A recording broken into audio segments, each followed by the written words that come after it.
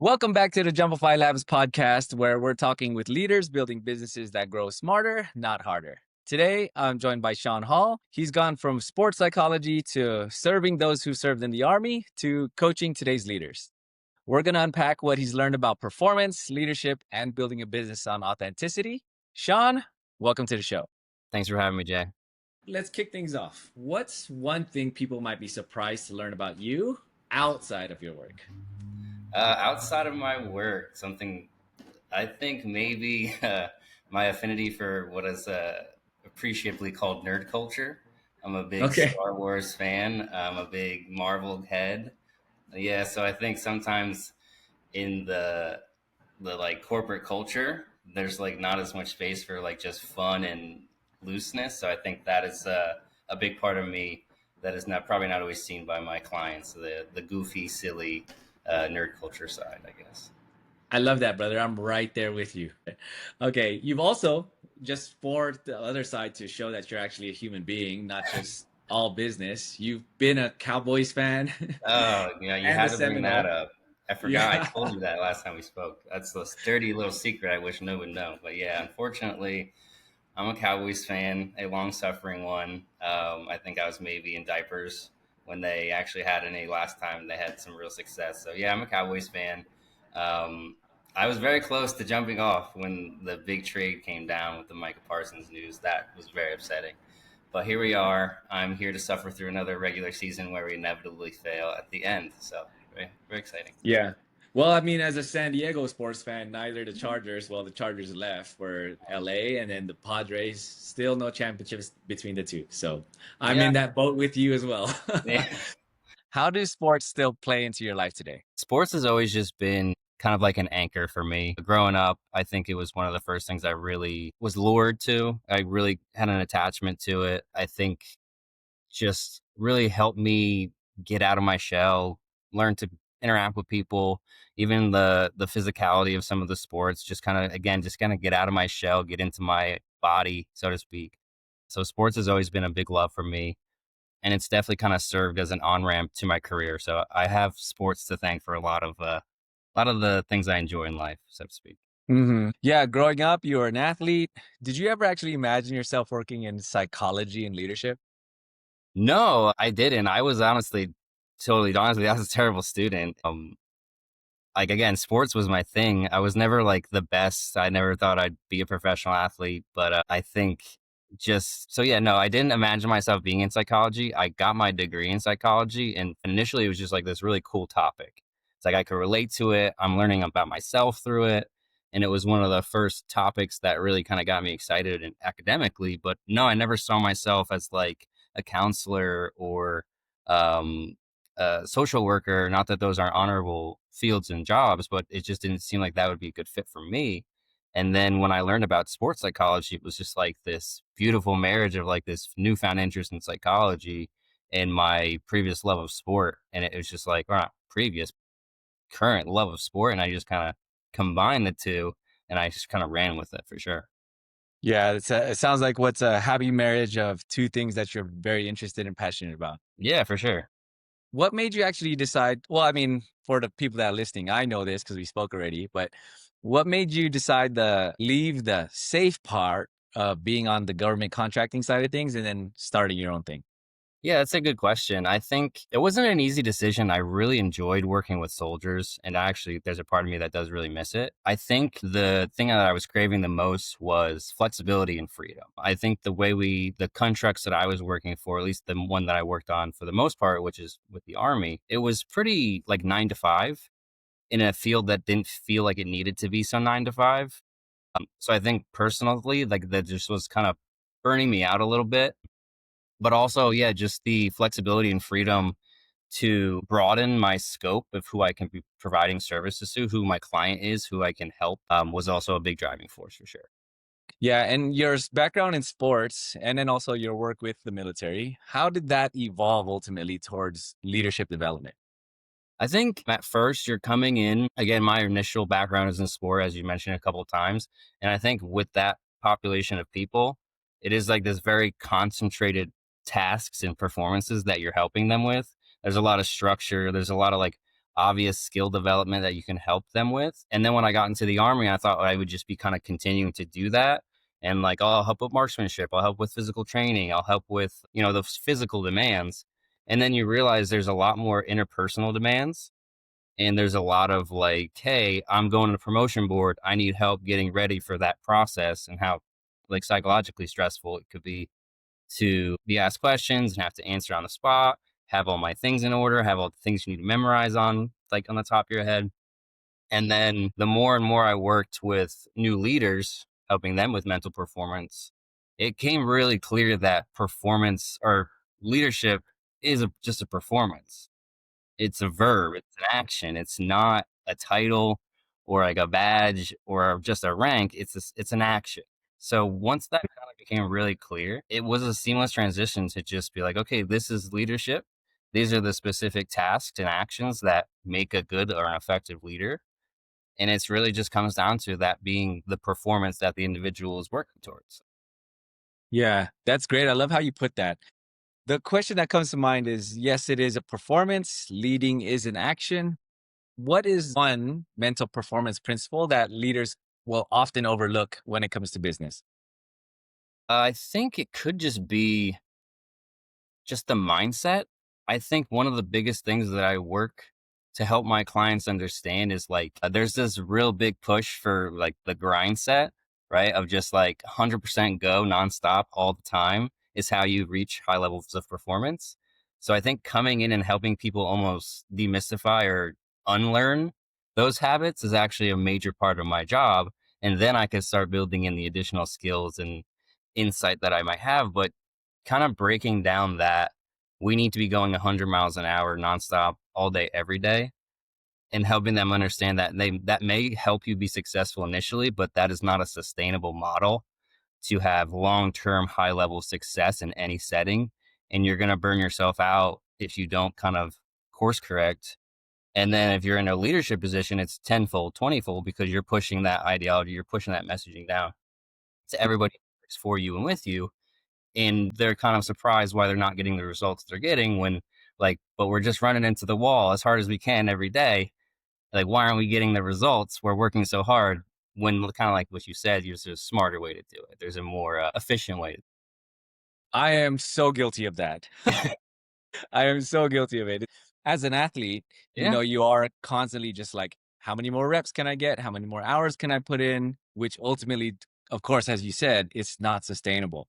So I've had to relearn and relearn, and I will continue to get those lessons kind of drilled back into me. But until then, it's just kind of like we do what we keep just kind of used to Yeah. because it's gotten us to a certain place, right? So Exactly, and I think that is the challenge is, and it's not inherently bad, like, it's a really great thing to have that fire and that engine. Some people don't have it, and the job is to help them build that motivation or that energy to have, like, kind of relentless pursuit of your goals. Like, it's not inherently bad, but it's not being able to turn it off, or realizing that there's not, like, a time to rev down so that you can rev up, and so, yeah, it's just a little bit more nuanced than, sprinting nonstop every towards your goal every day. Again, it's a Mhm. great thing to have, but you need some of the other structures and some of the other skills as well. If you, again, you want to make it long term sustainable.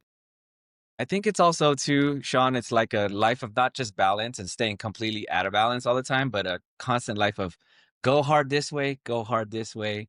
As hard as you work, go equally hard in the rest part. That's right. Yeah, that's a totally. I didn't mean to cut you off, but like I totally agree. I think that's a messaging that we try to send, especially when you're working with maybe a population that does heavily value and put a lot of investment in physical aspects. So athletes, military, there's a massive physical aspect to that. And they have it really streamlined and they understand how to train physically consistently. You have to have that same approach, that same mindset with your mental aspects of your performances as well, is what I'm always trying to preach. Hmm. You've worked with athletes, soldiers, and executives. What similarities are you seeing between the three when it comes to maybe pressure and performance? I think that the common through line, and it kind of ties back to this idea of like the grind set attitude, is just like the the way to fix a lot of problems isn't rocket science. it's these very small human things that we kind of look past or we don't put enough emphasis on. Just like being able to connect with your employees or to have a common vision of what you're trying to accomplish. It's really those small things that keep everything glued together that get overlooked. So I always say my goal is to provide everyday, approachable solutions to complex problems. Because at the end of the day, not anything that I teach you, it may be new, it may be different, but it's something that somebody else has been doing forever with great success. Like I'm not inventing the wheel. It's not rocket science. A lot of it is actually common sense practices that are not commonly applied, right? So it's common sense, Mm. but it's not common practice. And that is kind of the secret of success, is that it's kind of boring sometimes. It's not Yeah. always, it's in the little things. And a lot of this stuff too is just like we know what we should be doing, but we just don't do it. You Yes, know, a lot of it is just that, and it it's like really no. is. And a lot of times we say, no, I can't do that. I can't do that right now. But it's like, well, you owe it to yourself because it'll help you in the long run. Yeah, and All I right. think too, they view it as like a trade-off, right? Like it's a zero-sum game. If we spend time focusing on psychological well-being or building safe spaces in the environment, we're not focusing on producing or evolving or creating outcomes that we're looking for. And I think the mistake is that those are two things go together. Making sure that your mental well-being is in check, your mental skills are on point, your leadership is consistent, not fluctuating up and down, but you have like a consistent way of doing things. That's actually going to help you get the results you need. It's not pausing, it's not taking a break from that thing. It's helping you be able to do it at a more efficient level, more consistent. Yeah, absolutely. I totally agree with that. So these are some of the challenges you've helped your clients with. What are, or maybe just what's the biggest one challenge for you to build your business so far? I think the biggest challenge is working in a field that requires a little bit of like educating your client on what you even do, right? So I think there's a lot of services that are very cut and dry in a field like mental performance or any type of leadership coaching. There's a lot of different people out there doing it in a lot of different ways, and they can call themselves a leadership coach. They can call themselves a mental performance coach, but what that actually looks like could be different coach to coach. So there's almost like a required educational piece when I'm making a sales call or I'm introducing myself to somebody. And she's going to hate me for saying this. Like my mom struggles to still understand what I do, right? So it's a unique field where, like, yeah, once I explain it, once I break it down, like you said, like, oh, that makes perfect sense. Those are those little things that we all know we should be doing, but we're not doing. Or it's just really putting systems in place to do the things you're already doing, but more efficiently, more consistently. So yeah, I think it's trying to make sure people fully understand what I'm trying to provide is has been a constant struggle since the day I started in this field, for sure. Right. And how are you keeping yourself grounded when business either gets slow or unpredictable?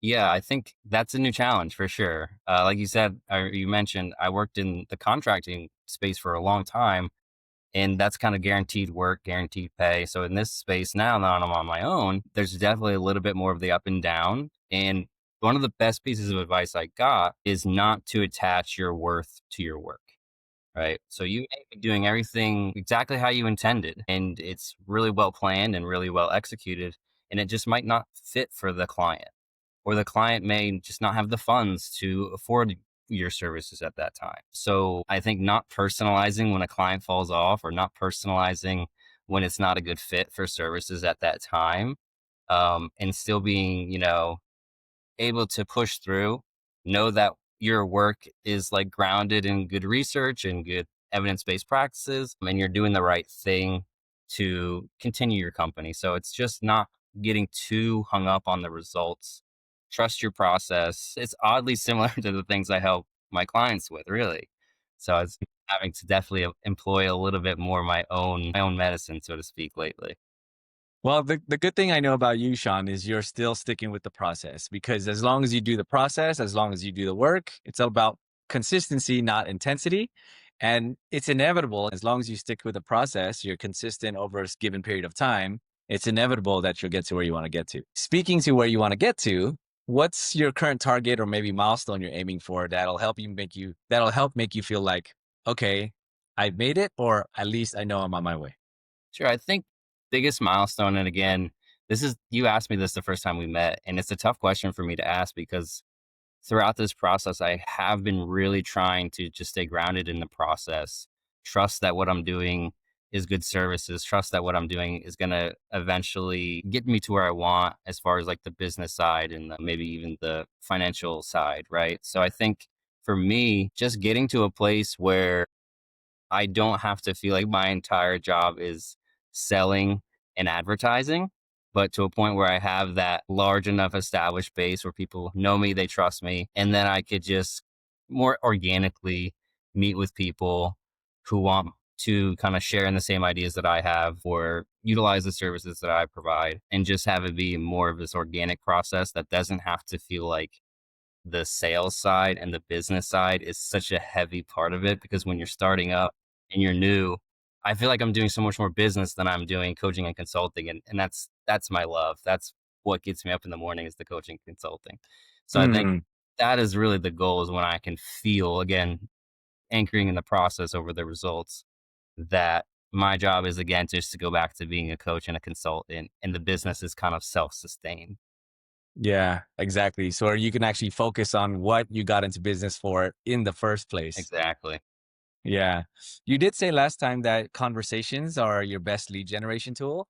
Yeah. How do you make conversations feel genuine instead of just merely transaction? Yeah, it's tough because there's also a part of it where you have to make it transactional and it's I think the part that I struggle the most with. I've always been pretty good at building rapport and I think that's comes through working in the coaching space. Building relationships is such an important part of what you do as a coach. If you don't have trust with your clients, you're not going to get much because they have to share things with you, right? I can't just watch you and know what you're thinking and what mental aspects are going on. You have to share that with me. So if I don't have that connection, it's not going to work out. So I think I kind of use that same idea when I'm having sales calls, when I'm trying to create leads. I just want to have a person to person connection. And I'm actually Hmm. kind of the original question that you asked me, but I think that is my biggest goal is genuine Yeah. connection. And then for a little bit when I first started, I definitely leaned a little bit too much into like business sales conversation, trying to like over explain the services and things instead of making genuine connection. So I kind of like forgot that that's the point of this all is to make real, genuine, organic connection, have somebody want to be around you, have conversation with you, because that is a lot of my work is conversation and reflection and just talking out things. So without that, it doesn't matter. So if you don't have that genuine connection with your clients or with the people that you serve, it's gonna fall flat anyway. So once I started grounding in that again, I think for me it felt more organic. It felt more comfortable to make those calls, to sell myself. Yeah, just to get myself out there. It didn't feel like I was forcing myself onto people. It just felt like I was having conversation again. Yeah, and that's the place where you thrive. I know our first conversation was very free flowing, very Yeah. easy to get along. And I think definitely if people can actually get to this part, be in a conversation with you, they'll definitely see the value and what you can actually do for them. Yeah, I appreciate it. Speaking of the type of clients, who are the type of clients that you're looking to serve? So I still work with athletes, but I definitely work more with business executives and also now students more so than ever. Before I went out into my own, we would work with soldiers who had like academic goals, but it wasn't like our main source of work. It was kind of like a secondary kind of thing. It was consistent because there's, as you know, as being a service member, there's always a schoolhouse to go to. There's always a promotion board. There's always something you could be kind of going to school for besides just like on your own. So I think the new ground that I've been kind of working at is working with students, and that's been incredibly rewarding. Again, they're not my main source, but it's a new source that I get to enjoy. So I like the diversity that I get to work with now, being on my own versus working with a single population. So yeah, to Mhm. your question more formally, I work with athletes, business executives, and students. So anyone in that high performance space, that's what I do. Yeah, perfect, Sean. Appreciate that. Thank you for adding the context to what you actually do, who you serve. And for people listening, where is the best place for them to actually be able to connect with you? So I have a website. It's Sean Hall Coaching and Consulting, pure and simple. My name's on the company because it's me. I'm just a person trying to serve people the best I can. So that's where you can find me, Sean Hall Coaching and Consulting. You can find my contact information there. You can find a little bit about me. You can even sign up for services there. Bonus question. If we run this episode back a year from now, what do you hope you'll be celebrating? I hope to be celebrating big milestones, right? Whether those be economic or personal. So I think, oddly enough, one of the biggest growths I've had since doing my own business is not even on the business side. It's personal. It's just been a lot of challenges and a lot of work and a lot of like flexing new muscles, so to speak, that I wasn't flexing before. So yeah, I just hope for another year of growth personally and professionally. And again, process over results, right? I just want to keep doing what I enjoy in life and hopefully be making enough to continue to do that. I love that. I love that, Sean. Thank you so much for joining us on this podcast. If you like stories like this, if you want to hear more from leaders just like Sean, be sure to tune in for more episodes. We're going to have so many cool, interesting people just like him on board. And until then, hit the subscribe, hit the whatever button, whatever you're seeing, and we'll talk again soon. Thanks so much. Take care.